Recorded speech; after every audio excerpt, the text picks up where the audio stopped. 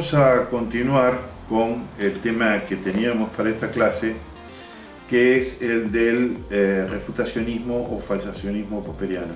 Vamos a dedicar algunas clases a ver cuál es la postura de Adorno, de Popper en relación con las ciencias sociales. Entonces vamos a ver esto que se denomina monismo metodológico, que ya está implícito en la concepción refutacionista o falsacionista. Y a continuación vamos a ver en el contexto de una concepción holística opuesta al monismo, las posturas de Adorno y la polémica entre Popper y Adorno. Pero previamente vamos a ver digamos, algunos aspectos que refieren a el modo en que Popper entiende el método hipotético deductivo y las diferencias que se van a establecer con Hempel y el confirmacionismo. Bien, hay algunas cuestiones que hacen, digamos, en lo que se refiere al método. En principio podemos decir que también cumple, como para Hempel, los 5 pasos: planteo del problema de investigación, hipótesis para tratar de solucionarlo, derivación deductiva hasta alcanzar la implicación contrastadora, contrastación y el resultado. ¿Dónde va a diferir? Bueno, principalmente la diferencia va a estar también a la hora de la contrastación.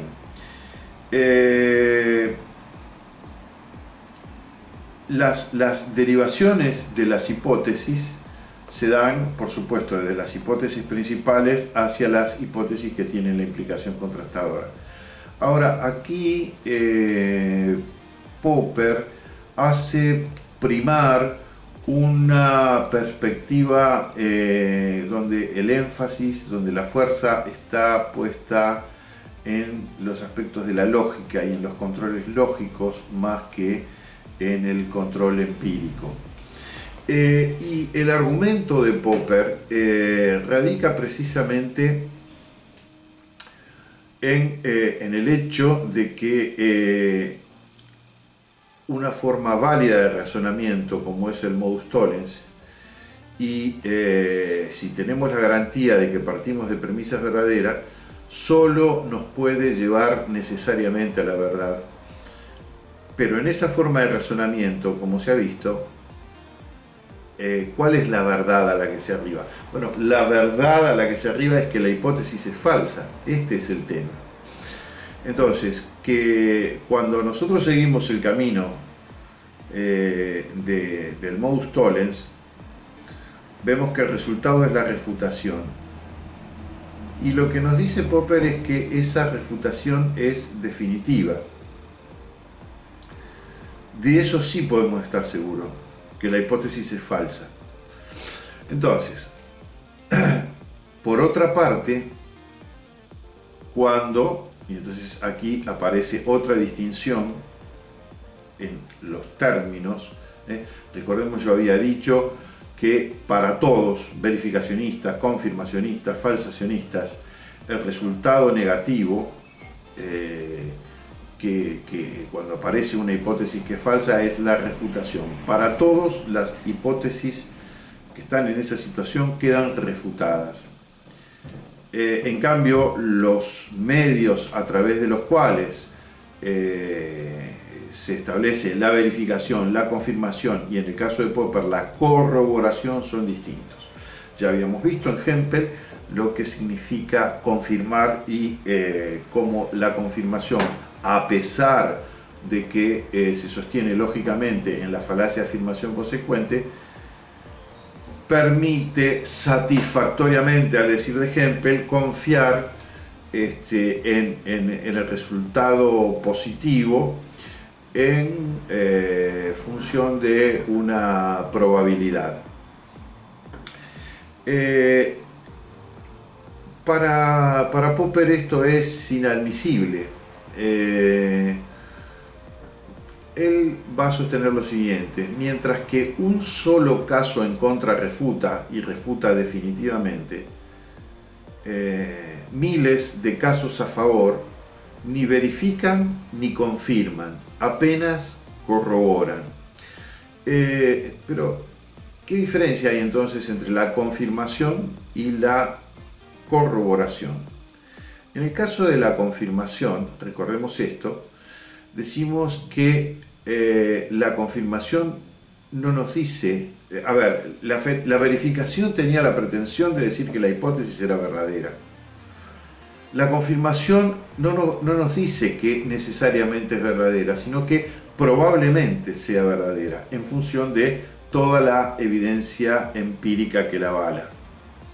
Pero, por el otro lado, en el caso de Popper, él lo que dice es que por muy amplia que sea esa base empírica,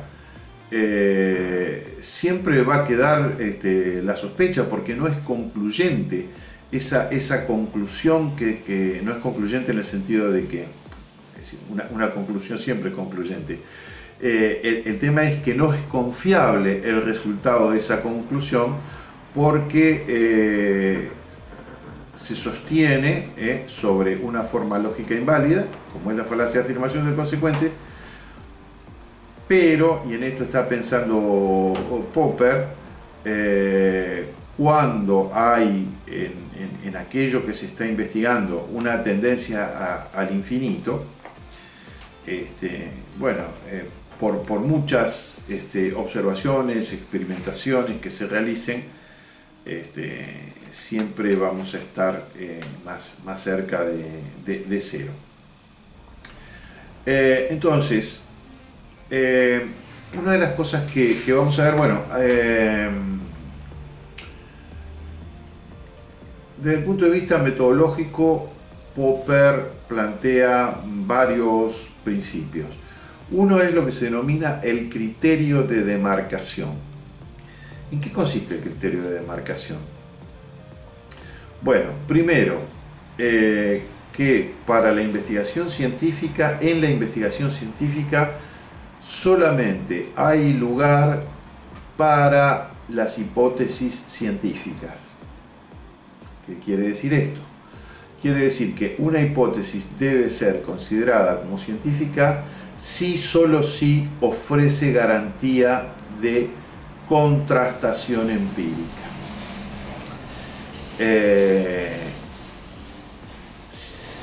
Por eso que puede ser directa o indirecta. Como ya vimos, será directa cuando yo tengo una hipótesis que en sí misma posee una implicación contrastadora. Será indirecta si tengo una hipótesis a partir de la cual tengo que derivar hipótesis de menor nivel hasta alcanzar aquella que tiene la implicación contrastadora. Lo que sucede es que en el resultado va a depender de la forma lógica que se aplique.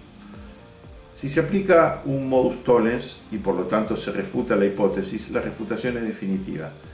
En tanto que si se corrobora por una forma inválida, que es la falacia de afirmación de consecuente. Y entonces esa validación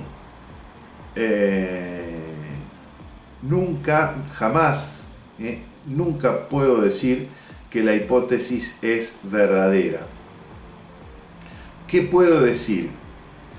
Bueno, puedo decir que es buena por el momento.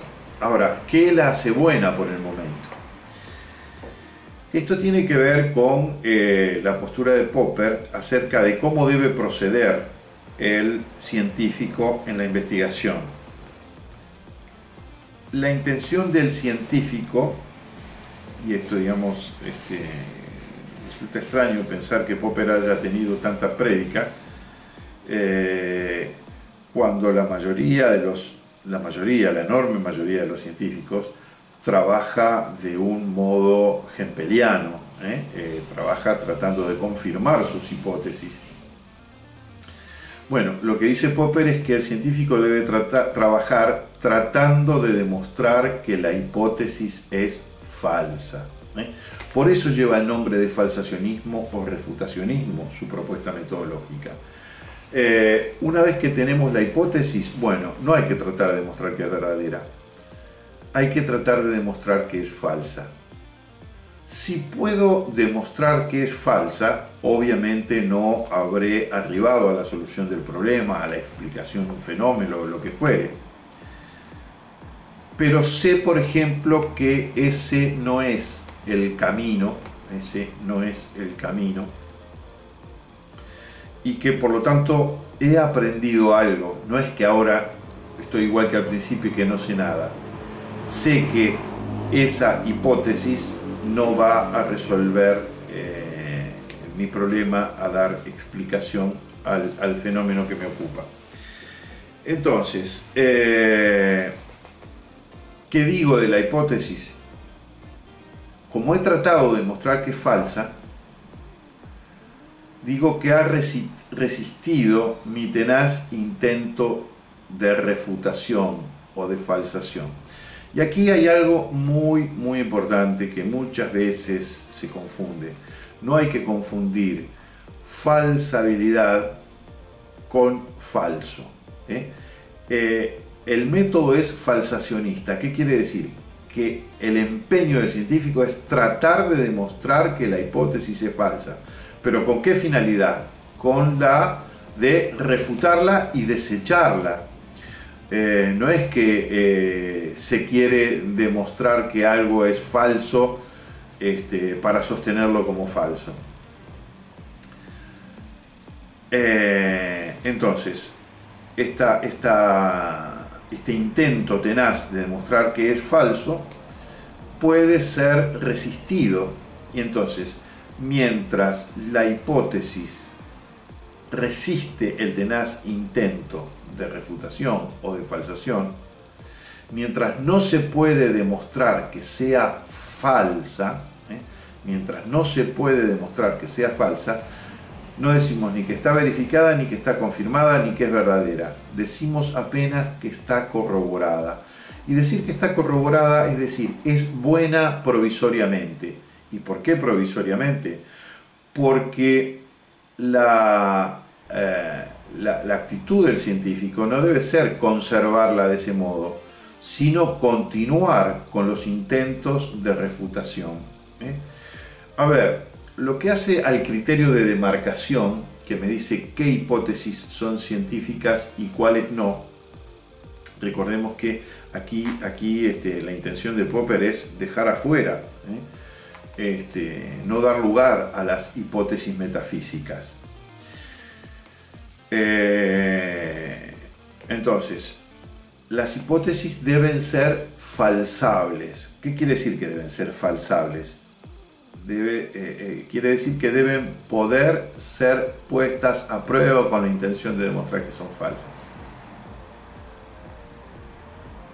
Si se puede demostrar, se refutan definitivamente; si no se pueden, se corroboran provisoriamente. Y aquí entonces tenemos el tema de la asimetría entre el falsacionismo y el confirmacionismo. Recuerden ustedes, en el caso del confirmacionismo hempeliano, yo digo, bueno, si la hipótesis ha sido puesta a prueba y el resultado es que la hipótesis es falsa, la hipótesis queda refutada. Ahora, si el resultado sumado a una amplia base empírica me confirma la hipótesis, entonces digo que la hipótesis es verdadera, o que la evidencia que hay, digamos que lo que la evidencia establece es una gran probabilidad de que la hipótesis sea verdadera. Entonces, allí en Hempel hay simetría. Es definitiva la refutación y es definitiva la confirmación. En función de lo que ya vimos, la amplia base empírica. En cambio, en el caso de Popper, la refutación obviamente es definitiva. Y es definitiva porque se sigue de estar fundada en una forma válida en la que si las premisas son verdaderas, la conclusión es verdadera. Por lo tanto, la refutación se da mediante el modus tollendo tollens. Bien. Y como vimos, la corroboración se da por medio de la falacia de afirmación de consecuente. Por lo tanto, aunque tenga una amplia base empírica, nunca puedo estar seguro definitivamente de que ha de ser verdadera. Que fuera verdadera en la confirmación significaría que puedo confiar en ella. Si fuera verdadera en la falacia de afirmación del consecuente. Pero decir que es verdadero en el modus tollendo tollens, valga el problema, a ver si se entiende esto. Yo digo, la verdad de las premisas se transmite a la conclusión. O sea, que si la conclusión me dice que la hipótesis es falsa, entonces yo puedo confiar en esto como algo verdadero. Es verdad que la hipótesis es falsa y de modo definitivo. Entonces, mientras que la refutación en el refutacionismo o falsacionismo popperiano es definitiva, la corroboración es solamente provisoria. Dice por acá, al respecto, este epistemólogo declaraba la imposibilidad de justificar la verdad de las hipótesis universales a partir de la verdad de los enunciados observacionales. Allí está la crítica pertinaz de Popper en contra de los inductivismos de todo tipo, estricto, en sentido amplio, etc.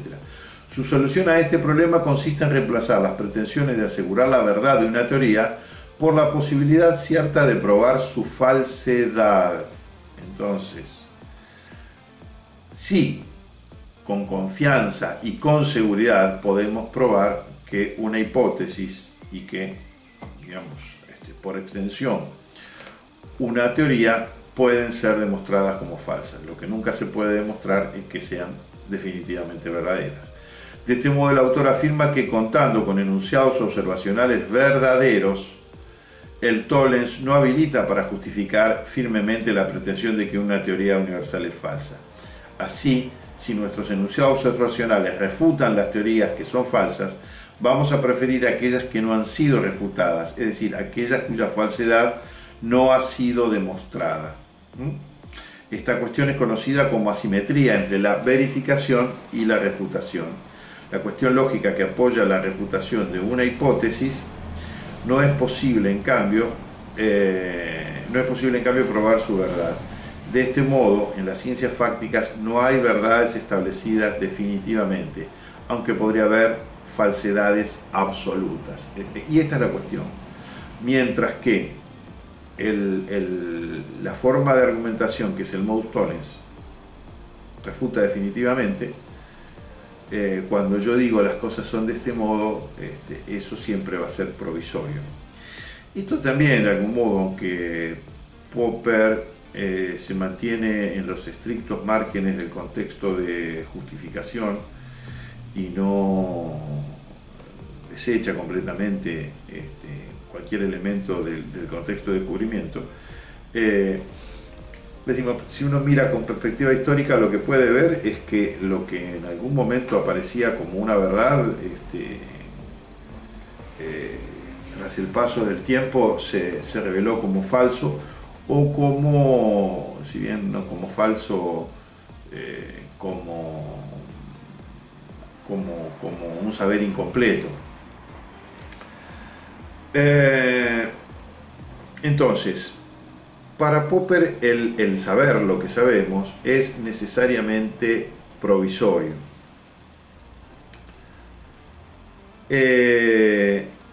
Habíamos hablado hace un momento de el criterio de demarcación y el problema de la demarcación. Popper denomina problema de la demarcación a la búsqueda de un criterio que permita distinguir entre las ciencias empíricas por un lado y los sistemas metafísicos por otro. Recordemos que las hipótesis metafísicas pueden ser verdaderas o falsas, pero no hay forma, no hay manera de establecer su verdad o falsedad. En tal sentido, adopta la refutabilidad como criterio para decidir si un sistema teórico pertenece o no a la ciencia empírica. Digamos, esta es la prueba de admisión. Según este criterio, el estatus científico de una teoría y su grado de cientificidad no estriba en la cantidad de datos confirmatorios que tenga, sino por el contrario en su capacidad de ser rechazada. Así Chalmers define cuando una hipótesis es refutable de la siguiente manera: una hipótesis es refutable si existen un enunciado observacional o un conjunto de enunciados observacionales lógicamente posible, que sean incompatibles con ella. Esto es, que en caso de ser establecidos como verdaderos, refutarían la hipótesis. ¿Ven? En caso de ser tenidos como verdaderos, refutan la hipótesis. La verdad de las premisas se hereda a la conclusión. ¿Pero qué nos dice que es la conclusión? La conclusión aparece con ese sí en el modus tollens. Ahora en la fórmula metodológica H entonces sí y no I, por lo tanto no H, lo que vamos a tener es que la hipótesis queda descartada.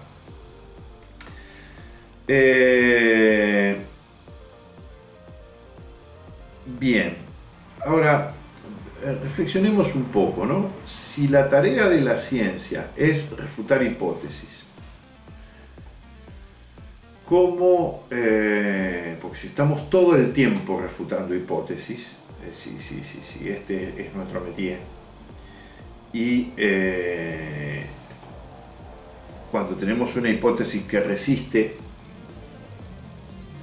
no la aceptamos, sino que seguimos tenazmente tratando de demostrar que es falsa. Entonces la pregunta es, ¿cómo construimos el edificio de la ciencia? A mí me gusta usar una metáfora,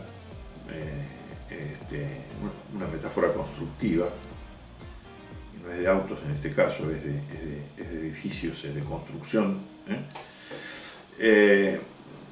Supongamos que un edificio se construye con ladrillos. Bueno, y por analogía pensemos que cada ladrillo es una hipótesis.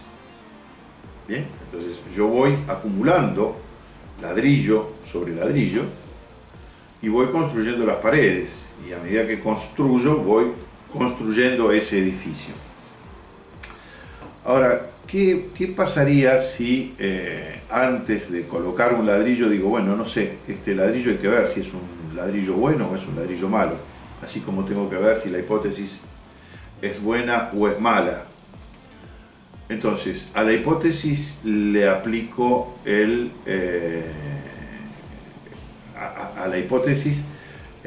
le aplico la experimentación con la intención de poner la prueba, veo cuál es la implicación contrastadora, realizo la contrastación y veo el resultado. Entonces, si el resultado es negativo, la hipótesis queda refutada. Bueno, yo tomo el ladrillo, pero antes de ponerlo en la pared digo, bueno, vamos a ponerlo a prueba, y le doy un marronazo. Y el ladrillo se rompió. Bueno, no merecía estar en la pared. Un ladrillo que se rompe es una hipótesis que no sirve, no puede conformar el edificio de la ciencia. Ahora, ¿qué hago? Digo, bueno, como muchos ladrillos, esto es lo que diría Hempel, este ladrillo no está solo, está junto con otros ladrillos. Y en ese conjunto, aunque el ladrillo no se muestre a la vista demasiado fuerte, su fortaleza no le viene solamente de sí mismo, le viene del conjunto del que forma parte. Bueno, para Popper no. Si el ladrillo resistió nuestro golpe, antes de ponerlo decimos, no, vamos a probarlo de nuevo. Entonces, esta intención tenaz de poner a prueba las hipótesis, de darle al ladrillo, ¿hasta cuándo? Hasta que se rompe. Entonces la pregunta es, ¿cuándo voy a levantar, aunque sea una hilada del edificio de la ciencia? Aquí aparece entonces la pretensión de que la ciencia esté conformada por hipótesis confiables.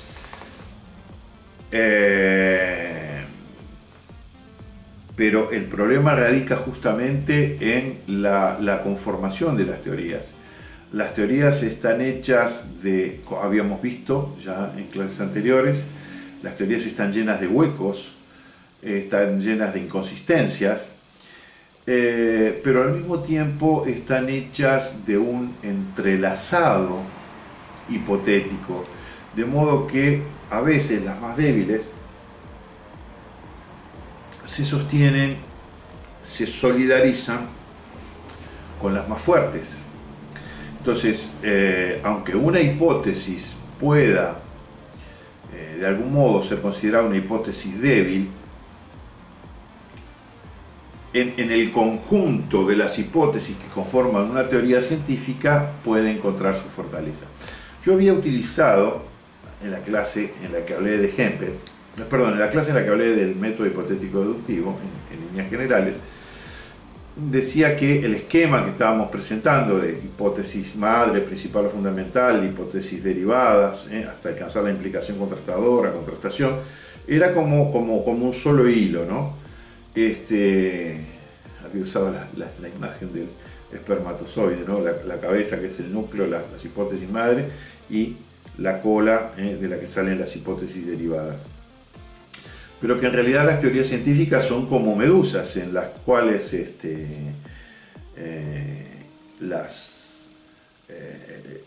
las hipótesis que se derivan de estas son muchas, son múltiples. Y no solamente esas hipótesis se vinculan en línea recta, las de menor nivel de abstracción con las de mayor nivel de abstracción, también se relacionan entre sí y se fortalecen entre sí. Este es el argumento de Hempel, y este va a ser de algún modo también el problema de Popper a la hora de plantearse ya no simplemente la actitud del científico para con las hipótesis, sino para con las teorías científicas.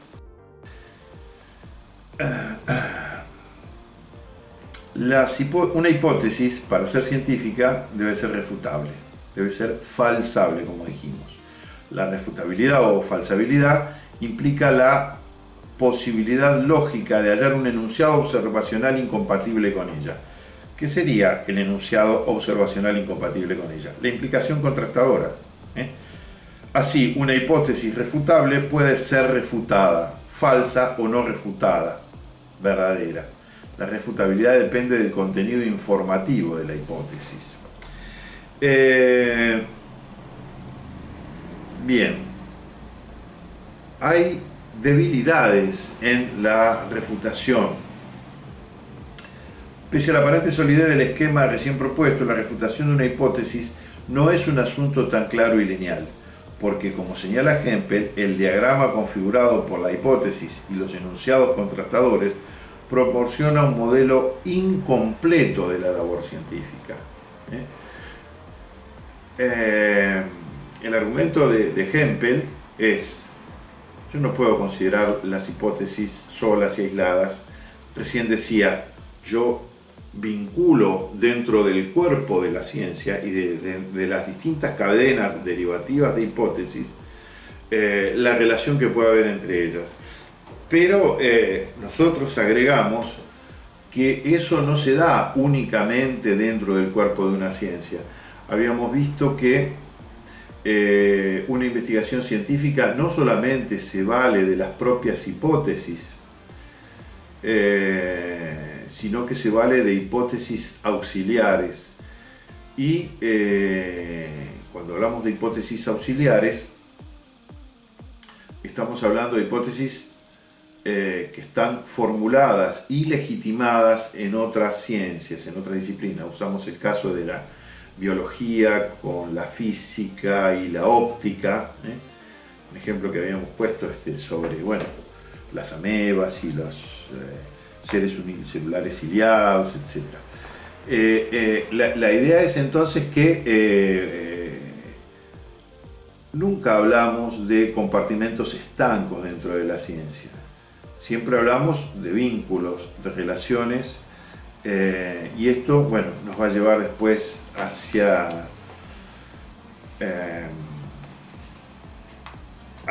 otras consideraciones epistemológicas. Fíjense ustedes que la postura de Popper es un monismo metodológico en donde los elementos que conforman una teoría científica están constituidos en sí mismos independientemente de lo demás. En cambio, una mirada holística capta el hecho de que todo en la realidad, y no podía ser menos en las teorías científicas, se interrelaciona de modo determinante, se interdetermina. Y esto también pasa con las hipótesis. A ver, dice, el ejemplo de la fiebre puerperal estudiado puede ilustrar esta cuestión.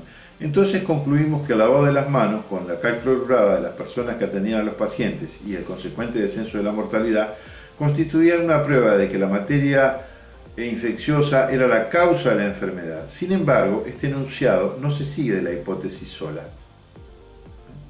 No se sigue de una hipótesis simplemente, sino que su derivación presupone la hipótesis adicional que indica que la cal clorurada es más efectiva que el agua y el jabón para destruir la materia infecciosa. ¿Está claro? De hecho, en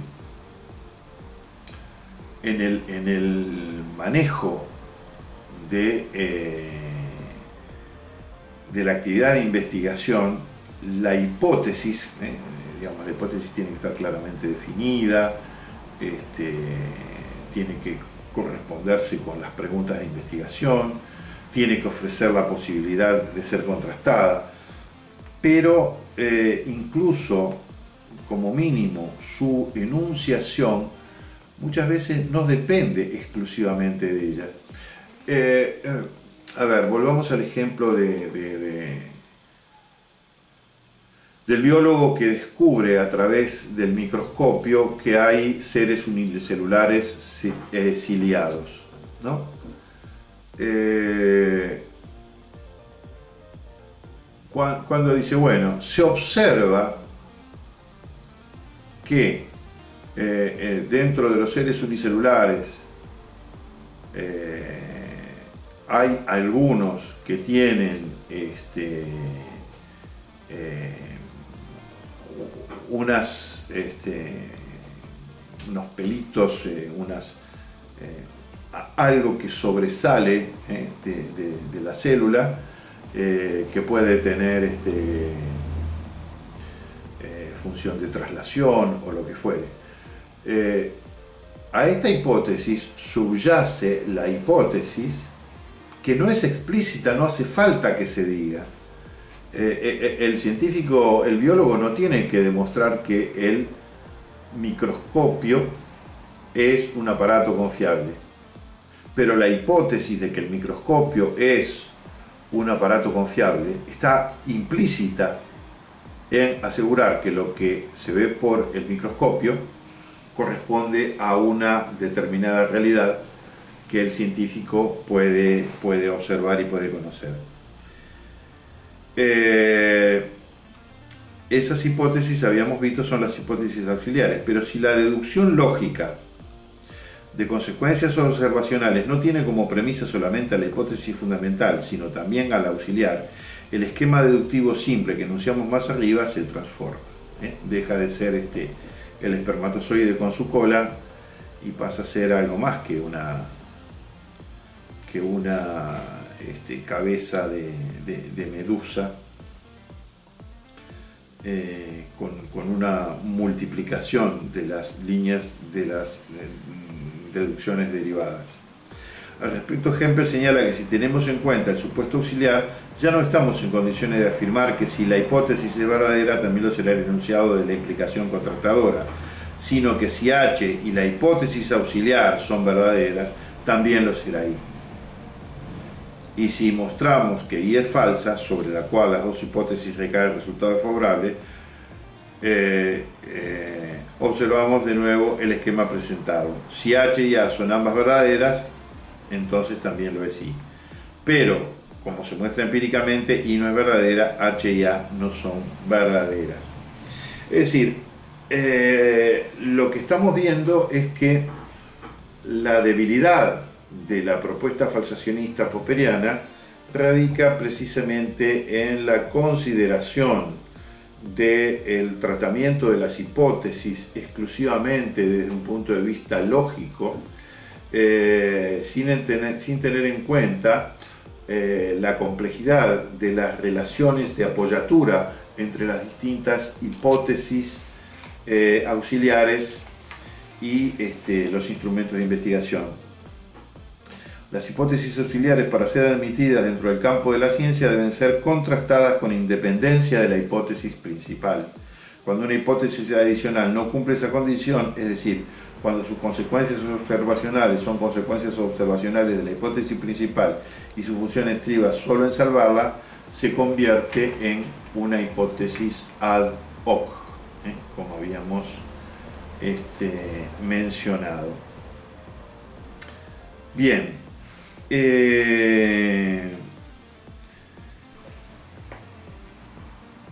No me voy a detener mucho más en Popper.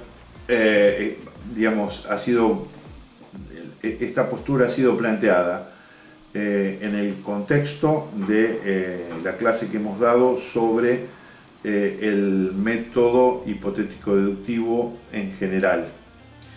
Hemos visto algunas cuestiones de la propuesta popperiana al presentar el confirmacionismo hempeliano. Ahora simplemente nos hemos enfocado en algunos aspectos centrales del falsacionismo, refutacionismo popperiano, pero vamos a seguir tratándolo a Popper porque en las clases que vienen vamos a ver lo que se denomina su monismo metodológico y cómo esta pretensión monista, que pretende ser hegemónica desde el punto de vista metodológico sobre toda la ciencia, alcanza, digamos, no solamente a las naturales, sino que con el modelo propuesto para las ciencias naturales se pretende también alcanzar a las ciencias sociales. Entonces, no es que Popper termine aquí, sino que vamos a seguir hablando de Popper en la clase sobre el monismo metodológico, y vamos a seguir hablando de Popper cuando hablemos de su enfrentamiento con el holismo metodológico, principalmente en eso que se dio en llamar la polémica Popper-Adorno. Bien, así que por este lado vamos cerrando, no concluyendo, pero cerrando esta parte, y vamos a dar lugar a las clases sobre individualismo metodológico, monismo metodológico y holismo metodológico, pero también ahí vamos a mechar otras concepciones epistemológicas que ya no hacen a lo que se denomina la filosofía tradicional de la ciencia, sino la nueva filosofía de la ciencia, en la que la figura relevante, disruptiva, es el epistemólogo norteamericano Thomas Kuhn. Así que seguiremos con eso entonces. Gracias, nos estamos viendo.